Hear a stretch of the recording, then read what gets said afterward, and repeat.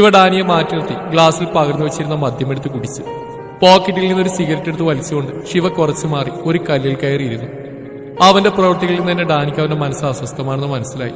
കയ്യിലെ ഗ്ലാസ് അവിടെ വെച്ച് ഡാനിയും ശിവയുടെ അടുത്ത് പോയിരുന്നു. അവളെ സ്വീകരിക്കുന്നതിന് നിനക്കെന്താണ് തടസ്സം? ഒരുപാടുണ്ട്. അവളെ കിട്ടുന്ന എന്റെ ഭാഗ്യമാണ്. പക്ഷെ അവൾക്ക് അങ്ങനെയല്ല. ഒരു ഭാഗ്യം തട്ടിയെറിഞ്ഞാണ് അവൾ ഒന്നുമല്ലാത്തവൻ സ്വീകരിക്കുന്നത്. ഒരിക്കലും അവൾക്ക് കുറ്റബോധം തോന്നിയാൽ നിന്നെക്കുറിച്ച് എല്ലാം അറിഞ്ഞിട്ടില്ലേ അവള്? ഇനി അവളെ കുറിച്ചൊരു സംസാരം നമുക്കിടയിൽ വേണ്ട. എപ്പോ അവളെ കുറിച്ച് പറഞ്ഞാൽ നീ ഇങ്ങനെ പറഞ്ഞു ഒഴിയാൻ നോക്കും. ഇന്ന് ഇതിനൊരു തീരുമാനം ഉണ്ടാക്കണം. നിന്റെ പ്രേമം കാരണേ എന്റെ രണ്ട് പല്ല പോയത്. ഡാനി ദേഷ്യത്തിൽ എഴുന്നേറ്റോട് പറഞ്ഞു. ശിവ അവനെ നോക്കി ചിരിച്ചു. അതുകൂടി കണ്ടതോടെ ഡാനി അവനെ കനപ്പിച്ച് നോക്കി. നീ ഇനി ഒന്നും പറയണ്ട. നാളെ തന്നെ അഞ്ജലിയെ കാണുന്നു. നിന്റെ ഇഷ്ടം അവളോട് പറയുന്നു. അവളുടെ കല്യാണത്തിന് മുന്നേ നീ അവളെ കെട്ടുന്നു. അത്രേ ഉള്ളൂ. ശിവ എഴുന്നേറ്റ് അവന്റെ അടുത്ത് വന്ന് നിന്നു. വലിച്ചിരുന്ന സിഗരറ്റ് കുറ്റി ദൂരെ എറിഞ്ഞുകൊണ്ട് അവൻ ഡാനിയെ നോക്കി. ഞാൻ അവളെ ഇനി കാണില്ല, കാണാൻ പാടില്ല. ശിവയുടെ ജീവിതത്തിൽ ഒരു പെണ്ണും വേണ്ട. എനിക്ക് നീ മാത്രം മതി. അയ്യേ, ഞാനത്രക്കാരൻ നെഹിയേ. ഡാനി നെഞ്ചത്ത് കൈവച്ചുകൊണ്ട് പറഞ്ഞു. ശിവ അവനെ കുനിച്ചിർത്തി മുതുകിൽ പതി ഇടിച്ചു. അവരുടെ അടിപിടി കണ്ട് അവരുടെ ആളുകളെല്ലാം നോക്കി ചിരിച്ചു. ആ സമയത്താണ് ശിവയുടെ ഫോൺ റിങ് ചെയ്തത്. ഷാലിനിയായിരുന്നു. ശിവ ഫോൺ എടുത്തു. ഡാനി ചുമരൽക്കിക്കൊണ്ട് ശിവയെ നോക്കി. ശിവേട്ടാ. ആ പറമോളെ. ഏട്ടാ നാളെ നിന്ന് ഇങ്ങോട്ട് വരുമോ? എന്താ, എന്തെങ്കിലും പ്രശ്നമുണ്ടോ? ഏയ് അല്ല, നാളെ ഇവിടെ ഒരു ചെറിയ ചടങ്ങുണ്ട്, പൂജയും മറ്റും, അഞ്ജലിയുടെ വിവാഹത്തോട് അനുബന്ധമായിട്ട്. അത് കേട്ടത് ശിവയുടെ ഹൃദയം പിടിപ്പ് നിൽക്കുന്ന പോലെ തോന്നി. ശ്വാസം വലിച്ചു വിട്ട് അവൻ മറുപടി പറയാൻ നിന്നു. അവിടെ ചെക്കന്റെ വീട്ടുകാരൊക്കെ വരുന്നുണ്ട്. അമ്മയെ വിളിച്ച് വരാൻ പറഞ്ഞപ്പോ അമ്മക്ക് മുട്ടുവേദനയാണെന്ന്. അമ്മയാ ശിവേട്ടനെ വിളിക്കാൻ പറഞ്ഞു. എനിക്ക് നാളെ കുറച്ച് തിരക്കുണ്ടായിരുന്നു. പ്ലീസ് ഏട്ടാ, എല്ലാവരും വരും. എന്റെ വീട്ടിൽ നിന്ന് മാത്രം ആരുമില്ലെങ്കിൽ എനിക്ക് സങ്കടമാകും. അത് ഒഴിവ് പറയില്ലേ ശിവേട്ടാ? ആ, ഞാൻ വരാം. അത്രയും പറഞ്ഞ് ശിവ ഫോൺ കട്ടാക്കി. ശിവ നേരെ പോയി മദ്യക്കുപ്പി എടുത്ത് വായിലേക്ക് അമഴ്ത്തി. പെട്ടെന്ന് അവന് വന്ന മാറ്റം നോക്കിക്കാണുകയായിരുന്നു ഡാനി. കുപ്പിയിലെ മുഴുവൻ കുടിച്ചു കഴിഞ്ഞ് ശിവ ദേഷ്യത്തിൽ തലകുടഞ്ഞു. എന്താടാ?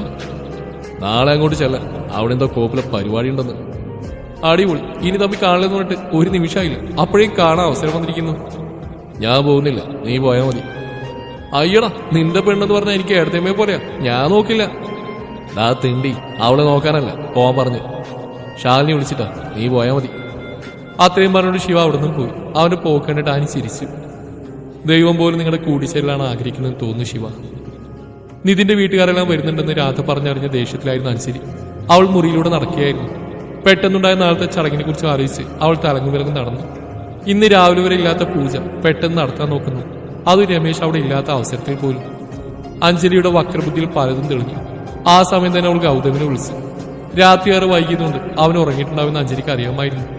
രണ്ടു വട്ടം റിങ് ചെയ്ത് കട്ടായതിനു ശേഷമാണ് ഗൗതം ഫോൺ എടുത്ത്. എന്താടി മനുഷ്യനെ ഉറങ്ങാനും സമ്മതിക്കുന്നത്?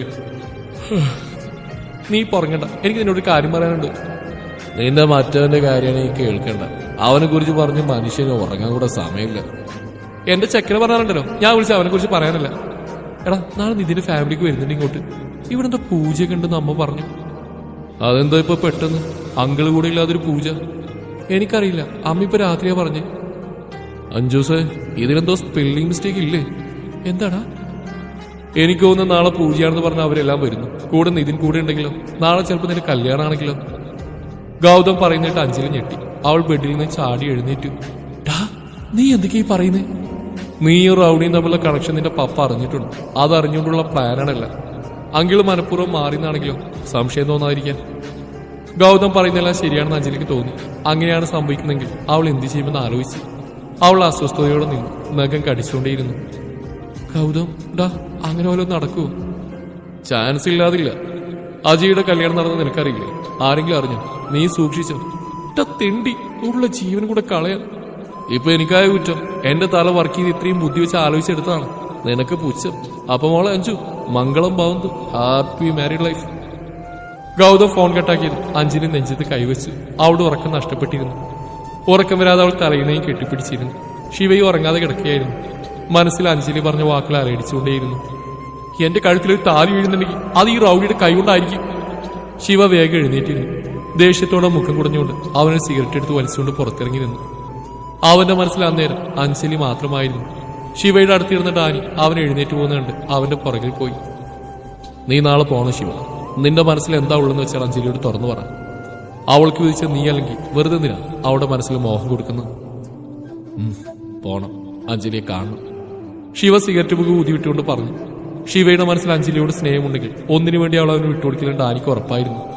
അവനെ കൊണ്ട് അഞ്ജലിയെ ഇഷ്ടമാണെന്ന് പറയിപ്പിക്കാൻ തന്നെയായിരുന്നു ഡാനിയുടെ തീരുമാനം. അതിനു വേണ്ട വഴികൾ ആലോചിച്ചുകൊണ്ട് ഡാനി കിടന്നു. എന്നാൽ വരുന്ന പകലിൽ എന്താ സംഭവിക്കാൻ പോകുന്നതെന്നറിയാതെ അഞ്ജലിക്കും ശിവക്കും ഉറക്കം നഷ്ടപ്പെട്ടിരുന്നു. വാതിൽ ശക്തിയായ മുട്ടുകെട്ടാണ് അഞ്ജലി കണ്ണുറന്ന്. രാത്രിയിൽ എപ്പോഴും ഉറങ്ങിപ്പോയതായിരുന്നു. ബെഡിൽ ചാരിയെന്ന് അങ്ങനെ തന്നെ ഉറങ്ങിപ്പോയിരുന്നു. അവൾ കൈകൊണ്ട് മുടിയൊതുക്കി എഴുന്നേറ്റ് വാതിൽ തുറന്നു. മുന്നിൽ രാധ ഒരു താൽകൽ സാരിയും ഒപ്പം ആഭരണങ്ങളുമായി നിൽക്കുന്ന കണ്ടതും അഞ്ജലിയുടെ മനസ്സിൽ കൊള്ളിയാൻ മിന്നി. ദൈവമേ, കല്യാണം! ഗൗതമിന്റെ നിഗമനം ശരിയായിരുന്നു. അവനെ മനസ്സിൽ പ്രാഗിയാവും. ശവം ആ കരിനാക്കെടുത്ത് വളച്ചപ്പോഴേ തോന്നി. എന്താടി പിറുവിരിക്കുന്നത്? വേഗം കുളിച്ചെടിയവാ, പൂജാരിപ്പോ വരും. ഇന്ന് കല്യാണം എന്നല്ലല്ലോ, കുറച്ച് ലേറ്റ് ആയാലും കുഴപ്പമില്ല. അഞ്ജലി മുഖം കൂട്ടി രാധയുടെ കയ്യിൽ താലം വാങ്ങി. വാതിലടച്ച് ബെഡിൽ താലം വെച്ച് അവൾ ഇടുപ്പിൽ കൈകുത്തി നിന്നു. എന്റെ റൗഡിച്ചേക്ക, നീ വല്ലതും അറിയുന്നുണ്ടോ എന്റെ അവസ്ഥ? അവൾ മനസ്സിലോർത്തുകൊണ്ട് കുളിക്കാൻ പോയി. കുളി കഴിഞ്ഞ് വരുമ്പോൾ മുറിയിൽ ശാലിനി ഉണ്ടായിരുന്നു. അഞ്ജലിയെ റെഡിയാവാൻ ശാലിനി സഹായിച്ചു. എല്ലാം കഴിഞ്ഞ് പോകാൻ നിന്ന ശാലിനിയെ അഞ്ജലി പിടിച്ചു നിർത്തി. നാത്തൂസ്, ഇന്നലെ കല്യാണമൊന്നും അല്ലല്ലോ. അതെന്താ അങ്ങനെ ചോദിച്ചേ? അല്ല, ഈ ഒരുക്കങ്ങളെല്ലാം കണ്ട് ഒരു മണ അടിക്കുന്നു. പോടി, ഇത് പെട്ടെന്നുണ്ടായതാ. നിന്റെ ചെറുക്കന്റെ വീട്ടുകാർ ഇന്നലെ വൈകുന്നേരമാണ് പറഞ്ഞത്. അതല്ലേ പപ്പോലും വരാൻ നടത്തുന്നത്. ശാലിനി പറയുന്ന കേട്ടപ്പോൾ അഞ്ജലിക്ക് പകുതി ആശ്വാസമായി. എങ്കിലും ഗൗതം പറഞ്ഞ പോലെ നടക്കാനും ചാൻസ് ഉണ്ട്. അതുകൊണ്ട് കൂടുതൽ ആശ്വസിക്കാൻ അവൾ നിന്നില്ല. എങ്കിലും അങ്ങനെ സംഭവിച്ചാൽ എന്താ ചെയ്യേണ്ടെന്ന് അവൾ മനസ്സിൽ ഉറപ്പിച്ചിരുന്നു.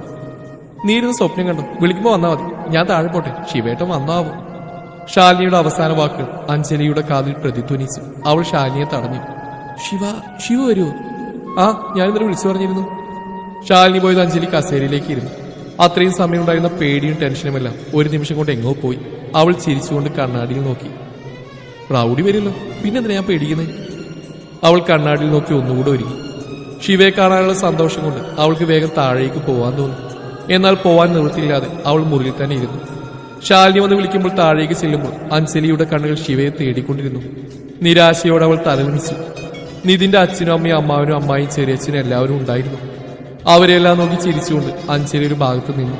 എല്ലാവരും നിലത്തായിരുന്നു ഇരുന്നു. അഞ്ജലിയും ശാലിനിയും ഒരു ഭാഗത്തിരുന്നു. പൂജാരി മന്ത്രങ്ങൾ ഉരുവിടുമ്പോൾ അഞ്ജലിയുടെ മനസ്സിൽ ശിവയെ കൊതിച്ചു. വാതിൽക്കലേക്ക് മാത്രം പായുന്ന അവളുടെ മിഴികളെ പിടിച്ചിരുത്താൻ അവൾക്ക് കഴിഞ്ഞില്ല. പൂജ കഴിഞ്ഞ് രാധ എല്ലാവർക്കും പ്രസാദം കൊടുത്തു. അഞ്ജലിയുടെ നെറ്റിയിൽ ചന്ദനം ചാർത്തി കൊടുത്തു. രാധ അവളുടെ വായിൽ മധുരം വെച്ചു കൊടുത്തു. പിന്നെ നിധിന്റെ ബന്ധുക്കളെല്ലാം അഞ്ജലിയുടെ അടുത്ത് വന്നു. അവരോടെല്ലാം ചിരിച്ചുകൊണ്ട് തന്നെ അഞ്ജലി സംസാരിച്ചു. പൂജയെല്ലാം കഴിഞ്ഞപ്പോഴാണ് അഞ്ജലിക്ക് ആശ്വാസമായത്. ഗൗതം പറഞ്ഞ പോലെ ഒന്നും സംഭവിച്ചില്ലെന്ന് ഓർത്ത് അവൾ സമാധാനിച്ചു. എന്നാൽ ശിവയെ കാണാത്തതിൽ അവൾക്ക് സങ്കടം തോന്നി. എല്ലാവരും ഹാളിൽ സംസാരിച്ചിരിക്കുകയായിരുന്നു. അവരിൽ നിന്ന് കുറച്ച് മാറി അഞ്ജലി നിന്നു. ശാലിനി അവളുടെ അടുത്തേക്ക് വന്ന് അഞ്ജലി അവൾ തുറച്ചു നോക്കി. എവിടെ നിന്നൊരു ശിവേട്ടൻ? അത് തന്നെ ഞാനും നോക്കുന്നത്, കണ്ടില്ല. ഇനി വല്ല തിരക്കുമാവും. പിന്നെ ഇന്ത്യൻ പ്രധാനമന്ത്രിയല്ലേ? നീ എന്തിനാ എന്നോട് ചൂടാവുന്നു? ശിവേട്ടൻ വരാനായിട്ട് നിനക്കെന്താ? അത് പിന്നെ എനിക്കൊന്നുമില്ല. അല്ല, നിന്റെ കാര്യത്തിലൊരു ഉത്തരവാദിത്തം ഇല്ല, അത് പറഞ്ഞാ. അഞ്ജലി ശാലിനിയിൽ നിന്ന് വേഗം മുഖം തിരിച്ചു. കള്ളത്തരം പിടിച്ചാലെന്ന് ഓർത്തു. അവർക്കിടയിൽ നിന്ന് രക്ഷപ്പെടാൻ വേണ്ടി അഞ്ജലി മുറിയിലേക്ക് പോകാൻ നിൽക്കുമ്പോഴാണ് അവർക്ക് പുറകിൽ നിന്ന് ഒരു ബലൂൺ പൊട്ടുന്ന ശബ്ദം കേട്ടത്. അഞ്ജലി ഞെട്ടി ചെവിയിൽ കൈവച്ച് തിരിഞ്ഞു നോക്കി. പുറകിൽ നിൽക്കുന്ന ആൾക്കണ്ട് അവൾ തരിച്ചുപോയി. നിധിൻ. യേസ് ഡാർലിംഗ്, നിന്റെ സ്നേഹത്തിന്റെ അവകാശം എത്തിയിരിക്കുന്നു. ചിരിച്ചുകൊണ്ട് പറയുന്ന ഇതിനെ കണ്ട് അഞ്ജലി ആശ്ചര്യപ്പെട്ടു. അവൻ അത്രയും സന്തോഷത്തോടെ ആദ്യമായിട്ടാണ് അവൾ കാണുന്നത്. എൻഗേജ്മെന്റിന് പോലും അവൻ ഇതുപോലെ ചിരിച്ചിട്ടില്ല. അഞ്ജലി അവരെ നോക്കി കാണുകയായിരുന്നു. ചുറ്റുമുള്ളവരുടെ അമ്പരപ്പ് കണ്ടപ്പോൾ അഞ്ജലിക്ക് മനസ്സിലായി ആർക്കും അറിയില്ല നിതിൻ വരുന്നതിനെ കുറിച്ചെന്ന്. നിതിൻ അഞ്ജലിയുടെ അടുത്ത് വന്ന് അവളുടെ കൈപിടിച്ചു. അഞ്ജലി അവൻ നോക്കി ചിരിക്കാൻ ശ്രമിച്ചു. ഒട്ടും പ്രതീക്ഷിക്കാതെ അടുത്ത നിമിഷം നിതിൻ അവളെ കെട്ടിപ്പിടിച്ചു. അഞ്ജലി തറഞ്ഞു നിന്ന് പോയി. ആ നിമിഷം അവളുടെ മിഴികൾ പാഞ്ഞത് വാതിൽക്ക് നിൽക്കുന്ന ശിവയിലേക്കാണ്. കത്തുന്ന മിഴികളോടെ ശിവ അവരെ നോക്കി നിന്നു. കൈമുഷ്ടിയുട്ടി അവൻ സ്വയം നിയന്ത്രിച്ചു. സന്തോഷിക്കണോ അതോ കരയണോ എന്നറിയാത്ത അവസ്ഥയിൽ അഞ്ജലി അവനെ നോക്കി. പിന്നെ ഒരു നിമിഷം പോലും അവിടെ നിൽക്കാതെ ശിവ ഇറങ്ങിപ്പോകുന്നു. നിർവികാരതയോട് നോക്കി നിൽക്കാനേ അഞ്ജലി കഴിഞ്ഞുള്ളൂ. ശിവ വന്നു പെട്ടെന്ന് പോകുന്നു കണ്ട് ശാലിനി വേഗം അവന്റെ പുറകിൽ പോയി. അവൻ ബൈക്കിൽ കയറാൻ തുടങ്ങും മുമ്പേ ശാലിനി കൂടി അവന്റെ അരികിലെത്തി. ശിവേട്ട. ശാലിനിയുടെ വിളിയേട്ടത് ശിവ അവളെ തിരിഞ്ഞു നോക്കി. അവന്റെ ദേഷ്യം മറച്ചു പിടിച്ച് അവളെ നോക്കി ചിരിക്കാൻ ശ്രമിച്ചു. എന്താ വന്നുടനെ പോകുന്നേ? അത് കുറച്ച് തിരക്കുണ്ട്, അവിടെ ഒരുപാട് ആളുണ്ടല്ലോ, ഞാൻ പിന്നെ വരാം. അത് നിതിൻ സർപ്രൈസ് ആയിട്ട് വന്നു. ഏട്ടാ വാ, അമ്മയെ കണ്ടിട്ടെങ്കിലും പോവാം. ശാലിനി കേഴുന്ന പോലെ ചോദിച്ചു. ശിവ പിന്നെ അവളെ സങ്കടപ്പെടുത്താൻ നിന്നില്ല. ഉള്ളിലെ കനൽ സ്വയം മറച്ചു പിടിച്ചുകൊണ്ട് അവൾ ശാലിനിയുടെ പുറകെ അകത്തേക്ക് കയറി. അഞ്ജലിയിലേക്ക് മിഴികൾ പായരുതെന്ന് മനസ്സിൽ ഉറപ്പിച്ചു. എങ്കിലും അകത്തേറിയതും കണ്ണിൽ ആദ്യം തറഞ്ഞത് വാതിൽക്കിലേക്ക് നോക്കി നിൽക്കുന്ന അഞ്ജലി തന്നെയായിരുന്നു. അവളുടെ അടുത്ത് നിൽക്കുന്ന എതിരെ കണ്ടതും ശിവ വേഗം നോട്ടം പിൻവലിച്ചു. അഞ്ജലി നിതിനെ കണ്ടത് ശിവയുടെ ദേഷ്യം നിറഞ്ഞ മുഖമെല്ലാം കണ്ട് ആകെ ഷോക്കായി നിൽക്കുകയായിരുന്നു. നിതിൻ അവളോട് എന്തൊക്കെയോ സംസാരിക്കുന്നുണ്ട്. എങ്കിലും അവളുടെ മിഴികൾ ശിവയിൽ തന്നെ തങ്ങി നിന്നു. അവനോട് മൂളി അവൾ ചിരിക്കാൻ ശ്രമിച്ചു. ശാലിനിയുടെ കൂടെ ശിവ വരുന്നാണ്ട് രാധവൻ കുടിക്കാനെടുക്കാൻ സർവന്റിനോട് പറഞ്ഞു. അജയ് ശിവയോട് മിണ്ടാകുന്നില്ല. അവന്റെ ദേഷ്യം മാറിയിട്ടുണ്ടാവില്ലെന്ന കാരണം കൊണ്ടാണ് അജയ് മാറി നിന്ന്. നിതിന്റെ ഫാമിലി കുറച്ചു പേർക്കൊക്കെ ശിവയെ അറിയാമായിരുന്നു. അതുകൊണ്ട് തന്നെ അവരെല്ലാം അടക്കം പറയുന്നുണ്ടായിരുന്നു. ശിവ അവരിൽ നിന്നെല്ലാം മാറിയുന്നു. ഇടയ്ക്ക് നോട്ട് അഞ്ജലിയിലേക്ക് പാളുന്നു. അവളും അവൻ തന്നെയാവും നോക്കുന്നു. എന്നെ കണ്ടതിന്റെ ഷോക്കാണോ? ഒന്നും മിണ്ടാ നിൽക്കുന്ന അഞ്ജലിയോട് നിതിൻ ചോദിച്ചു. അവൾ അതേ നിലയിൽ തലയിരിച്ചു. നിതിൻ അവളുടെ കൈകളിൽ വിരൽ കോർത്ത് പിടിച്ചു. അഞ്ജലിയുടെ കണ്ണുകൾ ആദ്യം പതിഞ്ഞ ശിവയിലേക്കാണ്. ശിവ അവരെ നോക്കാതെ ഫോണിൽ നോക്കി നിൽക്കുകയായിരുന്നു. നിതിൻ അഞ്ജലിയും കൊണ്ട് എല്ലാവരുടെയും അടുത്തേക്ക് പോയി. നിതിൻ അവന്റെ അച്ഛനെയും അമ്മയും കെട്ടിപ്പിടിച്ചു. വീണ്ടും അഞ്ജലിയുടെ അരികിൽ തന്നെ വന്നു നിന്നു. എന്റെ വരവ് എല്ലാവർക്കും ഒരു സർപ്രൈസ് ആയല്ലേ? എല്ലാവരും ചിരിച്ചുകൊണ്ട് നിതിനെ അഞ്ജലിയെ നോക്കി. ഏറ്റവും പുറകിൽ നിൽക്കുന്ന ശിവയെ മാത്രമാണ് അഞ്ജലി നോക്കിയത്. അവനെ മാത്രം കാണാനാണ് അവൾ ആഗ്രഹിച്ചത്. തന്റെ ദേഷ്യവും സങ്കടവും എല്ലാം ഒരേ ഭാവത്തോടെ ശിവ ഉൾക്കൊള്ളാൻ ശ്രമിച്ചുകൊണ്ടേയിരുന്നു. അവരെ നോക്കാതെ ഫോണിൽ എന്തൊക്കെയോ ചെയ്തുകൊണ്ടേയിരുന്നു. പക്ഷെ അവന്റെ മനസ്സ് അഞ്ജലിയുടെ അടുത്ത് തന്നെയായിരുന്നു. ഇനി ഒരു സർപ്രൈസ് കൂടെ ഉണ്ട്. That for my special person. Nithin പറയുന്നവർ ചെയ്യുന്ന അഞ്ജലി ശ്രദ്ധിച്ചില്ല. ഒട്ടും പ്രതീക്ഷിക്കാതെ നിതിൻ അഞ്ജലിയുടെ മുമ്പിൽ മുട്ടുകുത്തി നിന്നു.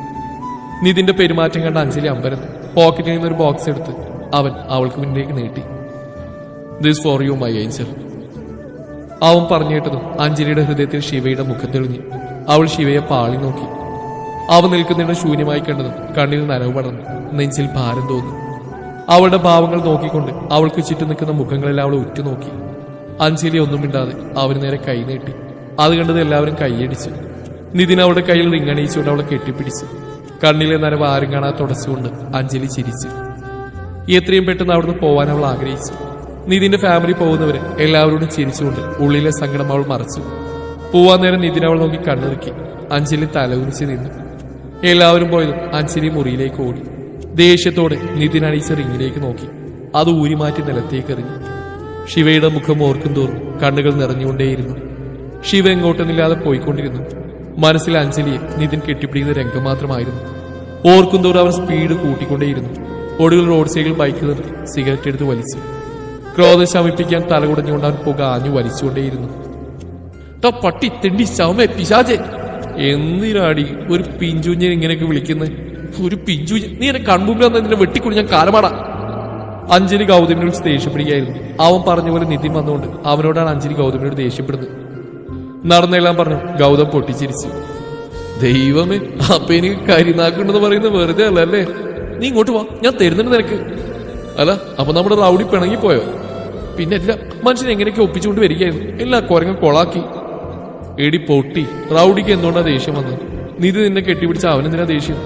അപ്പൊ അവന് കുശിപ്പ് വരണമെങ്കിൽ അവന്റെ മനസ്സിൽ നിന്നോട് ഇഷ്ടമുണ്ടാവില്ലേ? അല്ലാതെ അവന് ഇത്രയും കലിപ്പാവില്ലല്ലോ.